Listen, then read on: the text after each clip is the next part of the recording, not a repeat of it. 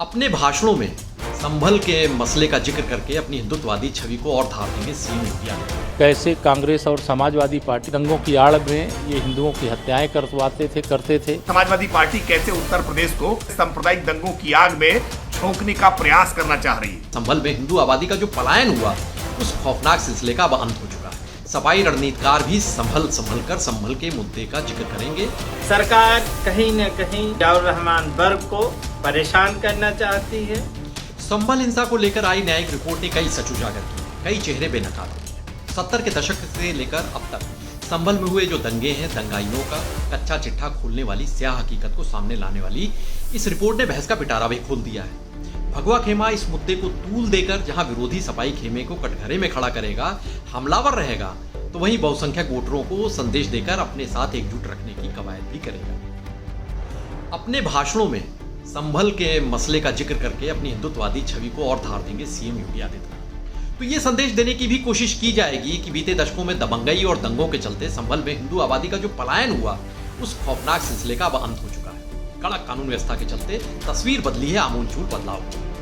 इसका एक पहलू और अहम है। पश्चिमी उत्तर प्रदेश के संवेदनशील इलाकों में अगर ध्रुवीकरण की स्थिति बनती है तो फिर समाजवादी पार्टी को नुकसान हो सकता है और भारतीय जनता पार्टी के लिए फायदे की दशा हो सकती है। हालांकि सफाई रणनीतिकार भी संभल के मुद्दे का जिक्र करेंगे।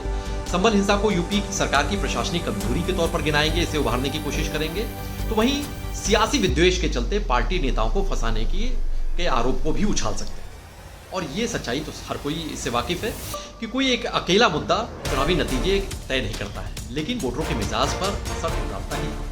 जाति समीकरण, आर्थिक हालात और जो गठबंधन होगा उसकी गणित, इन सबके बीच में संभल का मुद्दा कितना कारगर हो सकेगा ये समय की धार से ही तय होगा। इसी तौर से आज सदन के पटल पर रखी गई रिपोर्ट और आप सबके माध्यम से जन जन तक जाएगी।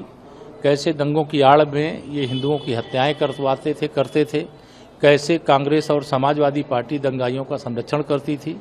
यह रिपोर्ट के माध्यम से आप सबके जरिए जनता तक हम लोग पहुंचाने। संभल की रिपोर्ट ने स्थापित कर दिया कि समाजवादी पार्टी कैसे उत्तर प्रदेश को अस्थिर करना चाहती है, कैसे सांप्रदायिक दंगों की आग में झोंकने का प्रयास करना चाह रही है और कैसे संभल के लिए सुनियोजित षड्यंत्र रचा था।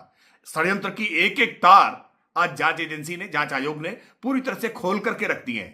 लेकिन स्थानीय प्रशासन ने समय रहते मुफीद कार्रवाई करके सांप्रदायिक दंगों की आग में जलने से संभल को बचा लिया। इसके लिए उस समय का स्थानीय प्रशासन निश्चित तौर पर साधुवाद का पात्र है और समाजवादी पार्टी की पोल आज जनता के सामने खुल गई है। संभल हिंसा पे जो न्यायिक आयोग की रिपोर्ट आई है वो सरकार की मंशा के हिसाब से आई है। सरकार कहीं न कहीं समाजवादी पार्टी के सांसद माननीय जियाउर रहमान वर्ग को परेशान करना चाहती है। सांसद महोदय उस दिन संभल में मौजूद भी नहीं थे, उसके बावजूद उनके ऊपर साजिश का आरोप लगाया जाना ये जनप्रतिनिधि का अपमान है और उस जनता का अपमान है जिसने उनका चयन किया है। सरकार समाजवादी पार्टी की नफरत में इतना डूब गई है कि वो एक सांसद का भी सम्मान करने को तैयार नहीं है। आपके राज्य की खबरें, आपके शहर की खबरें सबसे पहले जानने के लिए देखते रहें अमर उजाला। चैनल को सब्सक्राइब जरूर कर लें और पाएं हर अपडेट।